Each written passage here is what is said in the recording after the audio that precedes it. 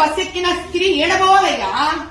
ఫ్రీగా మహిళలకు టికెట్ ఇస్తే మీ ఆబ్జెక్షన్ ఏంటండి? మహిళ నువ్వు ఉద్యోగం ఇస్తున్నావా? నువ్వు ఏమన్నా 33% ఏమైనా ఎలక్షన్లలో నువ్వు ఇస్తున్నావా? టికెట్లు ఇస్తున్నావా?